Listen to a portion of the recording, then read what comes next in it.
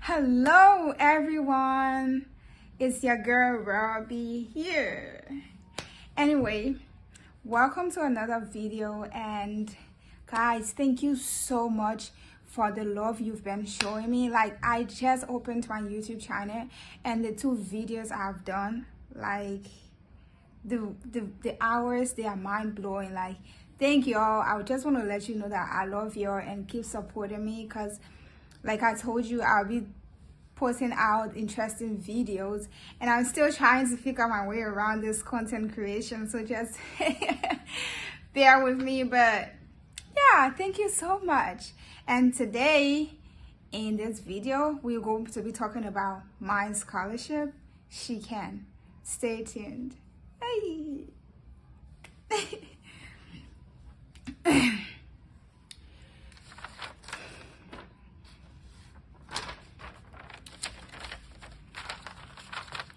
Okay, welcome back. For those of y'all who don't know me, I'm Robbie. I know you would be wondering why she's using Robbie if she's from Liberia. So my actual name is Robert Lane. As you may know, my dad's name is Robert. That's why I have Robert Lane. And it's really common in Liberia for people to be using names after their fathers or their mothers. So I was named after my dad, like Robert Lane, because my dad's name is Robert. But when I came to America, I found out that everyone was finding it difficult to pronounce my name. So I said, why don't I go with Robbie, since my mentors call me Robbie instead. So I was like, you know what? There is no need for you to be calling me Robert Lane, because that's no way that's my name. No, that is definitely not my name. So I was like, Robbie is fine. And I've been going with Robbie since then. I'm from Liberia originally, but I'm studying here in the US. So I came on a scholarship called SheCan. It is a scholarship that supports underprivileged girls from post-conflict countries, and those countries are Liberia, Guatemala, and Cambodia. Don't say this video is not for you because you are not from any of those countries. You can still watch and maybe educate someone about how to apply for an international scholarship. Even if it doesn't have to be this one, maybe you can just educate someone about how to apply for international scholarship, like I said. So keep watching. And don't forget to hit the notification bell, okay? All right, let's get into it. So I came on a scholarship called SheCan, and this scholarship has been around for quite some time now. It started in Rwanda by the funder named Barbara Balenga. She's like an American who was a marketing major, I think, but she later on went into like building this organization because she's really passionate about women's empowerment. And I'm so happy that she did this, because this has changed so many girls' lives, including mine. So usually how the application works is that, so let me tell you how it all began. Every year SheCan sends out application. Don't freak out, the application questions are always the same. So on the application, you have 50 questions that you have to answer. Again, don't freak out. I know that's too much. But out of the 50 questions, you have 7 essays. I think 7 or 6 essays to write. And this includes essay about yourself, about your goals, what you want to do when you go back home, because I will go into that more. But let me just tell you what the essays are. So one is like about yourself, about your home, about your goals, what you want to do when you go back home, which is included within your goal. An essay about what can you contribute to the SheCan organization. And I think 2 more. I really can't remember everything. But basically, these are the essays you'll be writing. So the application comes out every year in August. So the application is out in August and it's out until November. So my application came out in August and it ends November 15th. So what I did was I started writing my essays when I was in 11th grade, because you have to apply for this scholarship when you're in 12th grade. No, when you have graduated, because you need your transcript, you need your letter of recommendation for your school, and you need your diploma. So you can't apply when you're in 11th grade, because definitely you will not have those documents. So I started writing when I was in 11th grade because I had the questions. And like I said, the questions don't change. So you can have access to the link earlier and you can start going through the questions. So you don't have to face difficulties when you are applying for the application. When you are applying for the scholarship later on. And don't worry, I'm going to drop the link in my bio, like in the comment section, so you can just click on the link and go through the questions. That's enough. Let's go through the application process. So what I did first was I started writing my essays. So I started with about me. Mind you, this may sound simple. It's not as simple as it sounds. So you have to start preparing really early so you can be on time. So I wrote almost half of mine. Sorry for that. Come on. I wrote almost half of my essay when I was, oh damn it.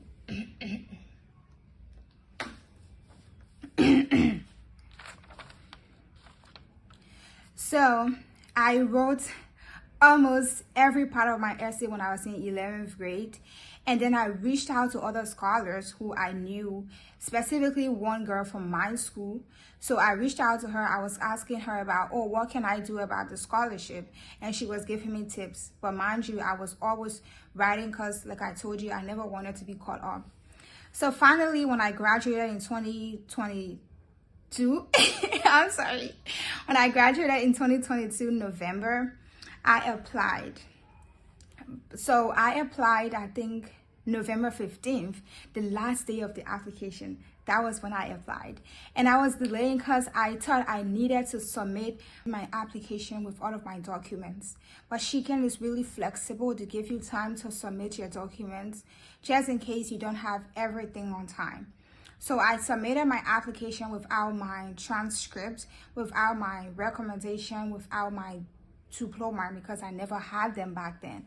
So I just wrote on my application that my school hasn't provided those documents, so my school is going to reach out and tell you the specific time they'll be able to provide those documents. And definitely my school reached out and they accepted. So when I got those documents, my school just emailed them to SheCan and they attached everything to my application. Don't worry, it has nothing to do with your application, even though they are as important as the application, like everything within the application. But don't worry, it's not going to affect your chances of getting the scholarship when they approve. Okay, so I applied on November 15th and SheCan got back to me in late December about my acceptance to go through a series of interviews before becoming a candidate and then a scholar. So how that worked was that they reached out to me in late December that, oh, in January you have some interviews with the board that you have to go through in order to become a candidate. So my first interview was on January 16th, I think, yeah. On January 16th was my first interview. So you have this interview with the board, and guess what? The founder, Barbara Balinga, is there. You know what that means. Like, this lady was the one that funded the org. So, of course, she's going to be serious about people she accepts. But before I went there, I was talking to the other scholars, and they were like, you need to be really direct with Barbara. So, if you're watching this video, when you meet up with Barbara doing your application, you need to be straight to the point because she doesn't joke. Anyway, that was a little tip, but yeah, so I had my interview on November 16th and it was fine. It was just like a 5-minute interview. So how this is that you go for an interview and they will basically ask you questions like, tell me about yourself. Tell me about your goals. It's like just 5 minutes, quick interview, because So they had, during my time, they had 500 applications and they only accepted 60, I think 60 applicants. I think 60 or more than that, but I think 60, between that range. So they had to drop people because they only needed 5 persons. That's what makes the scholarship really competitive. So you need to be like direct, you need to be intentional about it. So I had my first interview. It was fine. It was only about me, about my goals. And then the second interview was on January 17th. And that one was 15, no, it was like an hour. Because you would talk to the interviewer for 30 minutes and you would use the remaining 20 minutes to rewrite your application. Not everything, only your story, because they want to know whether you were the person that wrote your story. So they just want to confirm. And you don't have to write everything as you wrote on your application. You just have to point out important things you want them to remember from your application.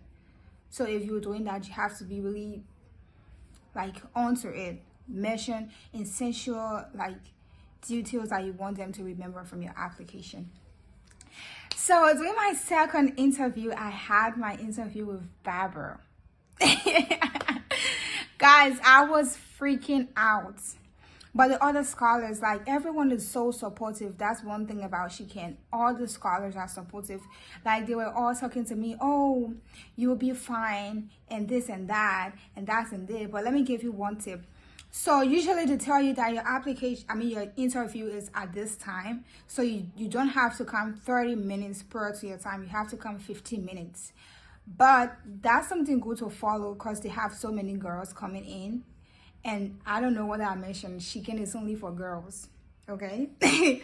So you have so many girls coming in.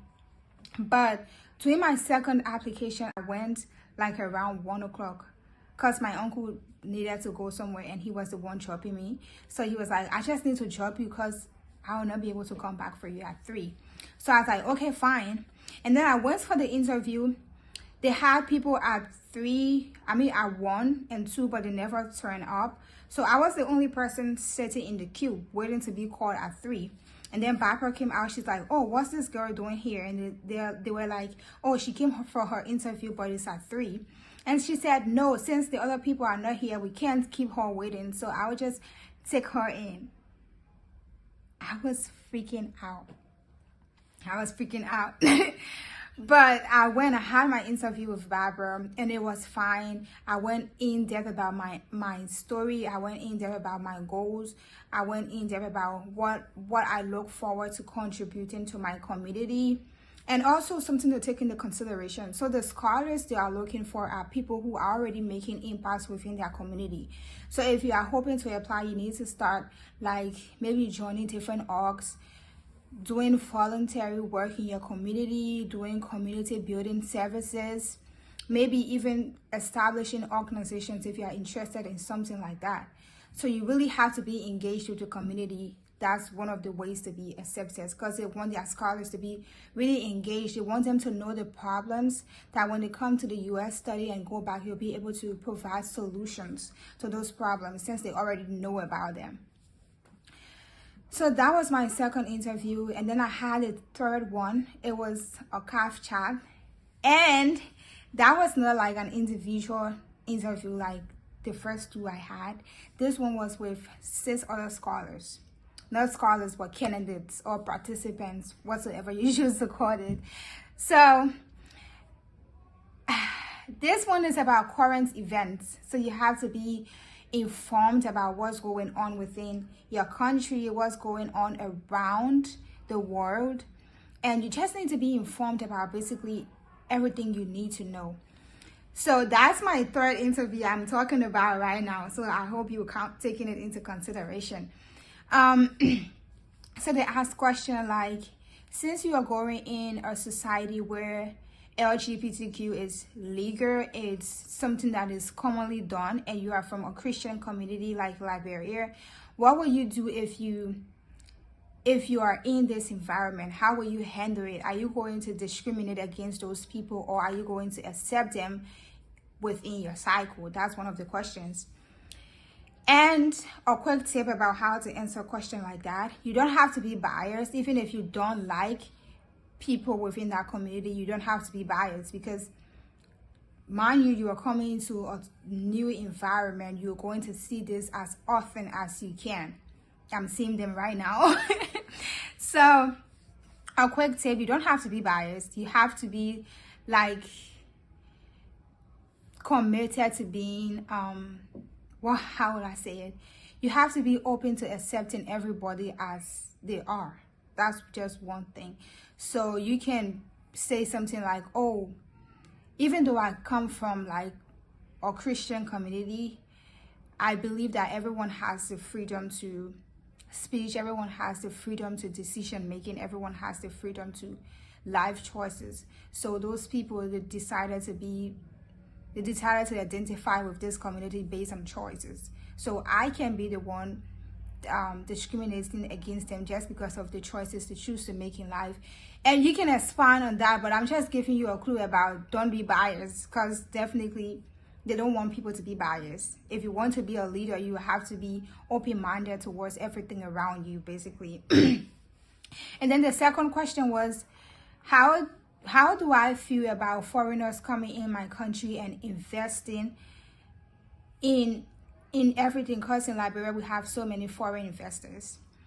That was a very critical one, but again, don't be speak on both sides. Don't just speak on one side. Speak on both sides. That's another tip for an interview. Not even for this scholarship, but like if you are asked questions like that in interviews, don't speak just from what you know. Speak from different perspectives. Then the interviewer will know that, oh, this girl has like a clue about what's going on and she's waiting to engage the situation from different point of views. Like, I hope you get what I'm saying. And then this part is really interesting because everyone puts their hands up. Not like, I mean, you don't put your hands up, you just jump in the conversation because you don't want people going like this. But mind you, here you need to be a good listener and you need to know how to compose yourself. So even if you don't know the question, I urge you to answer just from listening from what other people have said and then putting everything together and then giving your view from everything people have said. That was one of the things I did. I think I never knew almost 2 or 3 questions, but I just waited. I heard other people's answers and I just summed everything up and gave my opinion about it. So that's the third. The fourth interview was a presentation. So SheCan sends out 3 questions, everything based around women's empowerment, that you have to like prepare your presentation, and then you'll be able to present in front of the SheCan team and the other scholars that will be accepted to that stage. Because mind you, they only want 5 scholars. So at that point, you still have some other girls. So during my time, we were 10 that presented, and it was only 5 of us that won the scholarship, sadly and unfortunately too. So the first question was, how can men's perception be changed about women's leadership? And then the second question was, how can women make good leaders? And then the third one, I really don't remember. But the question I chose was, how can men's perception be changed about women's leadership? So yeah, I presented and the other girls presented, and to cut a long story short, 5 persons from the 10 were accepted to become candidates. We were not scholars yet, we were only candidates. So in this stage, it is quite interesting. So when you are accepted as a candidate, let me see whether I touched everything I wanted to touch in that point. Okay, yeah. So everything goes on in January, and in late February it goes on from January to February, and then in late March you are informed about your classes. So before then, I left one thing behind. So how you get accepted as a candidate is, after your presentation, they send you a message that, oh, you made it to the next stage, which is the home visitation. So they have to come to your home to check it and see whether it was what you described in your application when you were talking about your home.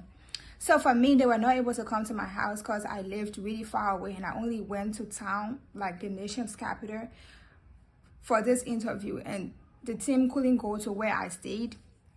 So I just invited my family over, and they asked my family a series of questions about everything I wrote in my application. And then that same day, I was informed that, oh, I've been accepted as a candidate. Yay! That's the best news ever! Okay, so I was accepted with 4 other girls. I'm just explaining this thing to you. I hope you are getting me. The first one is start working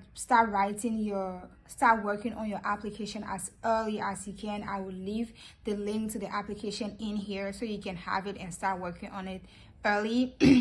Apply early if you can, apply late if you can, but don't worry about your documents because your school has the opportunity to email SheCan about when they think they'll be able to submit your documents.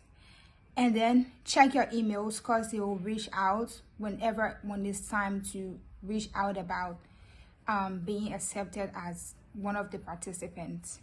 And then also read your emails for like interview dates basically, and then prepare for your interviews. And when you are accepted as a candidate, this is where we are going right now. So that's the process. So when you are accepted as a candidate, it's actually the fun part because you get to do so many fun things. I really loved mine because I got to bond with the other girls I never knew, but it was so fun. It was so fun. Okay, the first thing is SheCan reaches out to you about classes. So you have to take an online and both in-person classes for 3 months.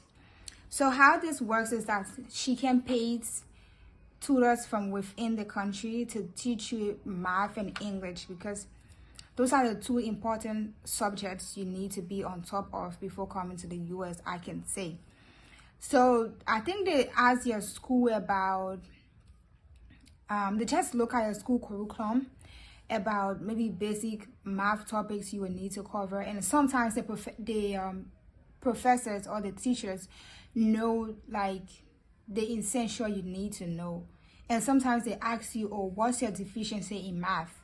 What kind of topic do you want us to touch on? And you can tell them and y'all will walk through everything. So it's just like reminding you about basic math problems, teaching you about grammatical errors, run-on sentences, and so many things.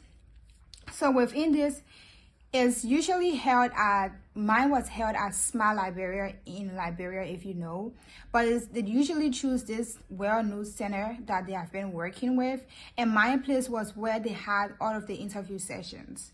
So I already knew the place. I don't know for Cambodia and Guatemala, but I think it's the same thing. But SheCan provides transportation for you going to classes and going back home. That's the fun part. You don't have to pay your own money. And then the cover feeding. Imagine I got a scholarship that is taking care of my transportation and my feeding. I just need to take myself. Isn't that great?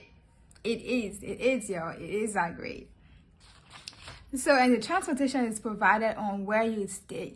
So you have to calculate your transportation from where you stay. That was really interesting. Like, we all don't want to spend money, and the organization is there to cover you all. So calm down. So my class started on March 13 and it went all the way to June. So within those 3 months, let me tell you everything we covered. So like I told you, we had a math and English tutor, and then we had we were registered for a course on Coursera from both sessions, from both math and English. So we were also working on Coursera and in person. Coursera is like an online learning platform where you register for classes, and then you have assignments, and then you have lessons you can cover. Like you can go through some of the topics if you don't understand. you go in class and ask your tutor about, oh, I went through this thing and I did not understand, so can you explain this concept to me? So that was how it worked. And then later on, they registered us on this, I think, Canvas thing with like an instructor from one of SheCan correlation schools. That it was really helpful because I think it was about English. I think English or math. I don't really remember, but or maybe both. But it's just things she can do to help you stay on top, so you don't forget, and they want to keep you engaged. So another interesting thing you do when you are a candidate, you have to do, or how do we call it? You have to do a take the lead project, and this is done around from April to May to June. So when you are attending classes, this is the time where you do the take the lead. So how this works is that you have to come up with a problem that you want to solve within your community. This can be something that you have already been working on or something new that you want to engage. SheCan is really flexible about anything you want to do. So you come up with what you want to do, write a budget or proposal to SheCan, and it'll be able to give you some funds, but you will also mobilize for other funds because it will not be able to give you the full amount. For example, I did a project called Ending a Stigma About Menstruation. This is something that I've been working on prior to me doing my Take the Lead project. So it was just like an expansion about what I've already been doing. So I wrote my proposal, included my budget, and SheCan provided me with some funds, and I mobilized. I got other funds from people, and then I started my project. And I know you'll be like, how can I do this when I have classes and I need to go to classes every time? Because SheCan takes classes into consideration as well, because your professors write report about you after the classes. So it's something to take into consideration. How this works is that you make a schedule about every time you want to go to fulfill your project duties or obligations.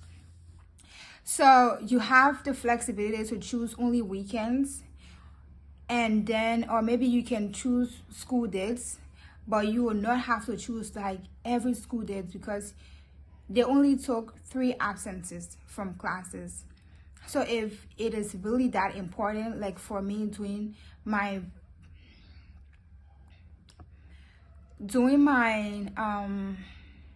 during the time where I was about to climax everything, where I invited people to attend, we were doing this ceremony or whatsoever, that was important, so I needed to skip class for that day.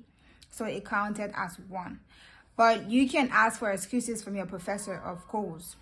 But you have to make your time in a way that it will not be conflicting for your other schedules to Smart Liberia or for your classes online or whatsoever.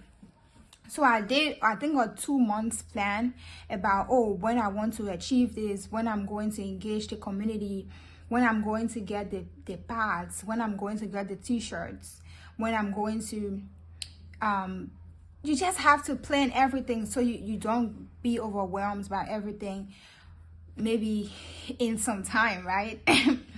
So like I told you, I did a project around Ending a Stigma About Menstruation, and I went in the community, found a school that is, what am I saying? No, sorry. So the first thing SheCan encourages you to do is to recruit people on your team. Is take the lead. You are the one taking the lead, but you are also allowed to have other people on your team to work with you, just in case you are in school and you will not be able to make it to wheresoever you are doing your take the lead project. You have people on ground that will be spearheading everything. I did it in the county where I was previously. Because of these classes, I moved to the nation's capital, Monrovia, and I was doing my take the lead in Bond County. So I needed people to help me when I was not on ground, because I used to go during the weekends. So that's one thing SheCan is flexible about. You have to come up with your project, work through your project, and at the end, But in the time you are working on your project, SheCan provides you a project guide that helps you with everything, because the main intention behind this project is for SheCan to know how you handle circumstances just in case everything doesn't go the way you planned. So the project guide is there to help you to maybe brainstorm about ideas you want to go into about, because everyone has different plans, right? Maybe sometimes you might want to do something big, and SheCan is not going to provide you the fund to do something big. So you have to mobilize to get the fund for doing that something big. So taking on that challenge is what SheCan wants to see. How can you overcome the challenge, and how did you make your way around mobilizing to get funds, mobilizing to get people on the team, working to make everything successful. That's like the leadership skills SheCan wants to see. So you have to provide this thing in your Take the Lead project. So saying that, I know this is a lot, but it's quite interesting. Yeah, you want to take on this program. That is it for the candidate stage. You have to attend 3 months classes, and you also have online classes within those 3 months, and you have to do the Take the Lead project within those 3 months. I know it's a lot, but it can work out. Yeah, it can work out. And then the next thing is being accepted as a scholar.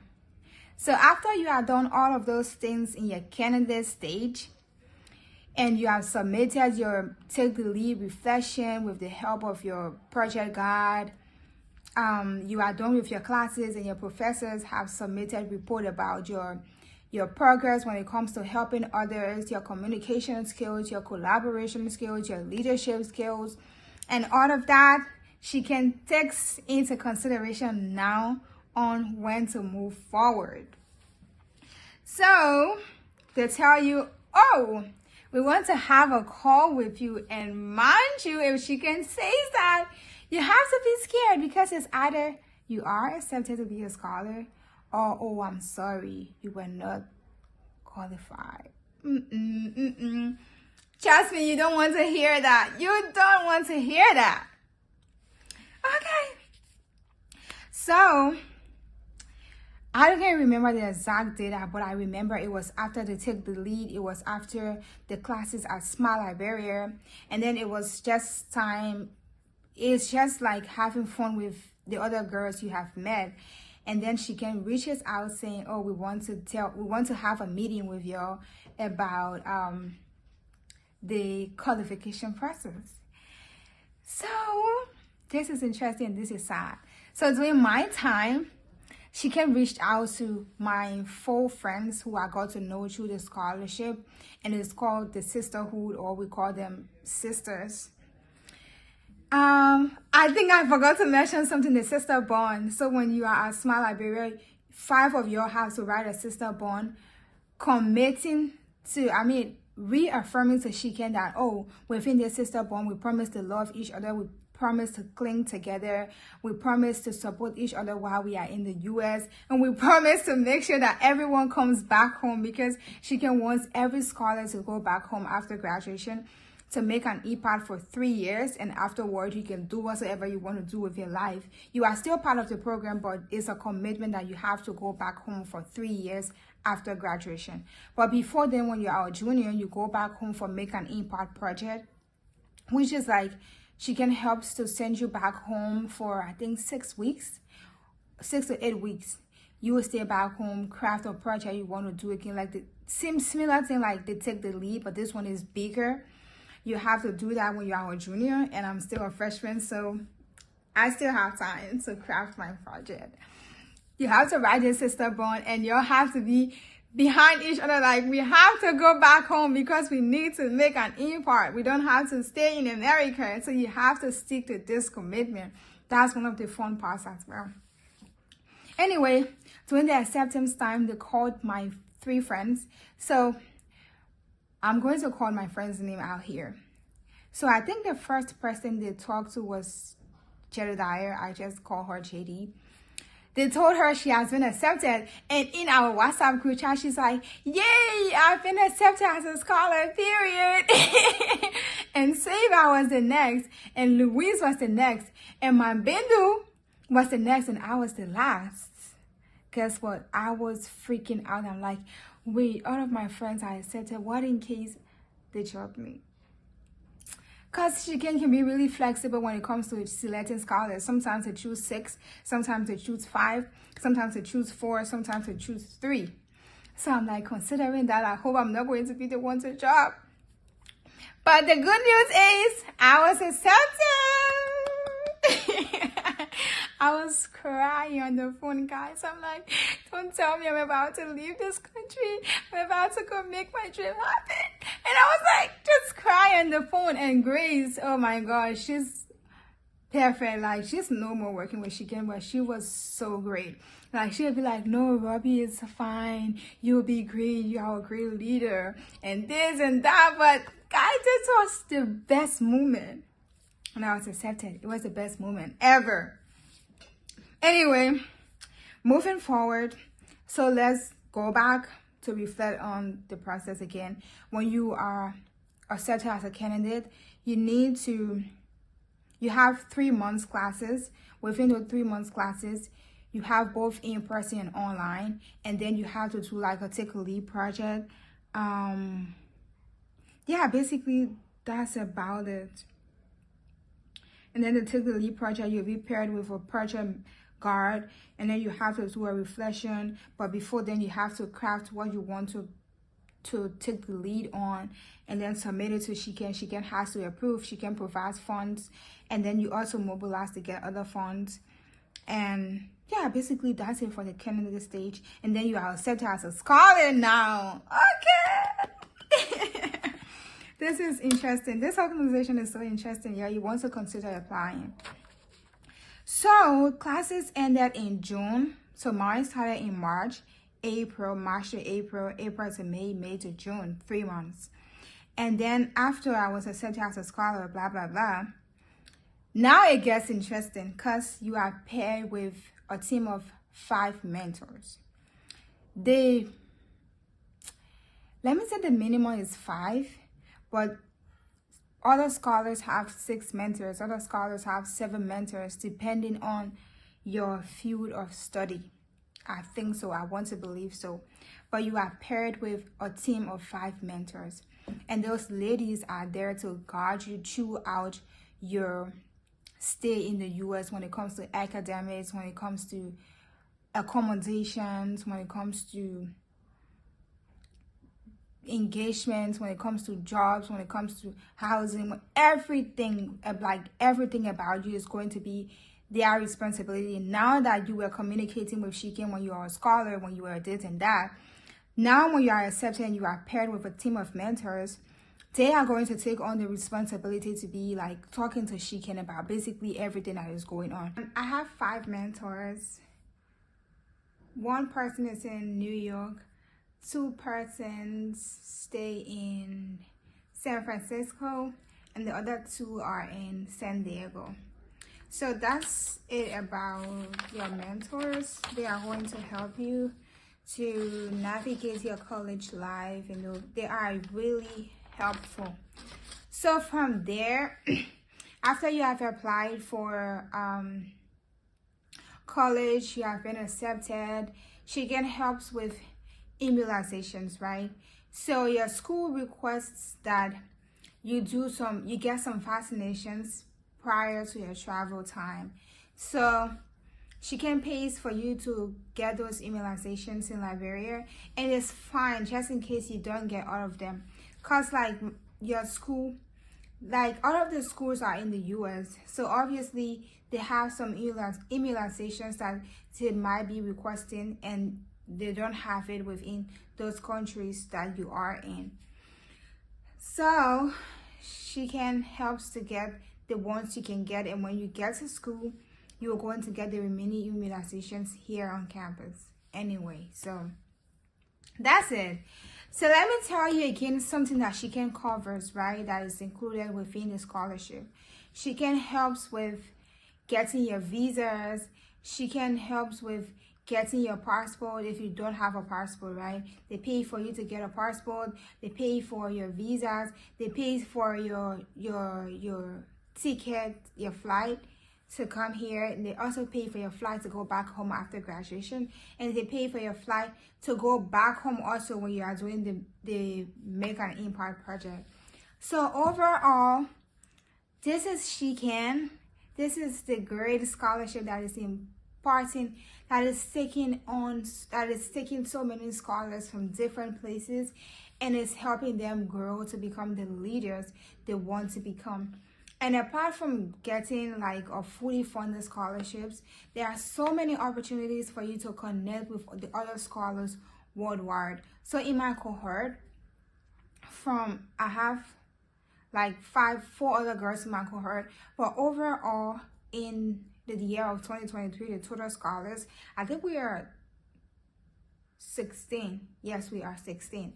So SheCan has this gathering every year where they bring together every scholar within that cohort or year, I can say, for them to get together to know each other well. So just this January, we had like 3 to 4 days conference where it was only the scholars that were accepted in 2023, and that included my cohort, the other cohort from Cambodia and Guatemala, right? So they are not only connecting you, or they are not only helping you to get scholarships, they are also helping you to connect with the other scholars, because they want to grow this team of leaders, women leaders, who are there to help each other.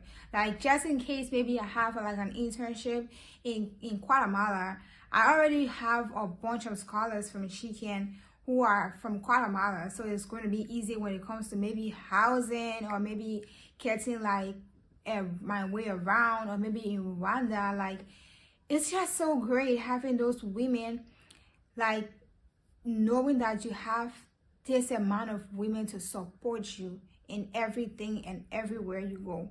So that's one thing I like. I like the community. I like pairing people with mentors. I like how they allow scholars to get to know themselves and all of that. So that's it about SheCan. If you want to know more that maybe I didn't mention because I forgot, just leave a question in the comment section, and I promise I'm going to answer all of your questions. Again, if you are not from Liberia, Cambodia, and Guatemala, you can still watch this video because it is educative to people who are applying for international scholarships, even though it might not be the same. But it's helpful to watch those kind of videos because you have an idea of what to do. I know I cover a lot, but just let me know if you want to know anything specific, and I'm going to tell you everything about it. Thank you for watching. Wait. I knew I was not going to miss this. So when you are a scholar and then SheCan is going back to your country to recruit a new team of scholar, or okay, let me take this over. When you are accepted as a scholar and then SheCan is going in that country the following year to recruit new scholars, you are automatically on the board. Isn't that interesting? Like, you help with every activities, you help to like take scholars to various rooms for interviews. And y'all, the most interesting part is SheCan pays for a getaway weekend at maybe one of those important resorts in your country. And the interesting part is they put all of the scholars in one room. Gosh, I remember during my time we went to Libasa Echo Lodge. It was so fun. Like, that was one of the places I got to know my sisters really well, because we bonded so well. We talked all through the night about what we want to become, what we want to do when we come back home. Like, this just created another platform where we talked about our dreams, where we swiped ideas, where we talked about how we can collaborate to help our country grow. Like, SheCan provides so many opportunities for you to get to know your fellow scholars. So that's really great. I know I was not going to leave that behind. There is no way. There is no way. And I promise that you don't have to worry about getting to know the other scholars, because everyone is welcoming. Everyone is looking forward to knowing more people. And SheCan Scholars are doing pretty well, because some of the scholars from Rwanda who graduated some time ago, like we met one during our summit in January. Like, she was so articulate. She was so, like, you could see the power of a lady in her. You could see the power of what it means to become a leader in that girl. And other people, like, who are in their country making impacts right now. Some people are working in the government. Some people are doing good jobs. And it just gets me thinking how I'm going to make so many impacts when I go back to Liberia. Yo, this scholarship is great. Apply for the scholarship again. I'm going to leave the link to the application in the comment section. You can just reach out to me if you have any other question about SheCan, and I promise I'm going to answer them. Thank you for watching this video with me. Don't forget to subscribe, like, and share. Don't forget to hit that notification bell. Thank you so much for watching this video with me. My next video is going to be something about me, or something about my school, or something about my day, or anything. Come on, y'all. Come on. But thank you so much. Like, keep following me. I'm going to be bringing so many interesting contents. I just wanted to share this about my scholarship, just in case you're wondering how I'm here in the US, getting so fine and not worry about too many things. But thank you, y'all. Thank you so much. See you in my next video. Bye.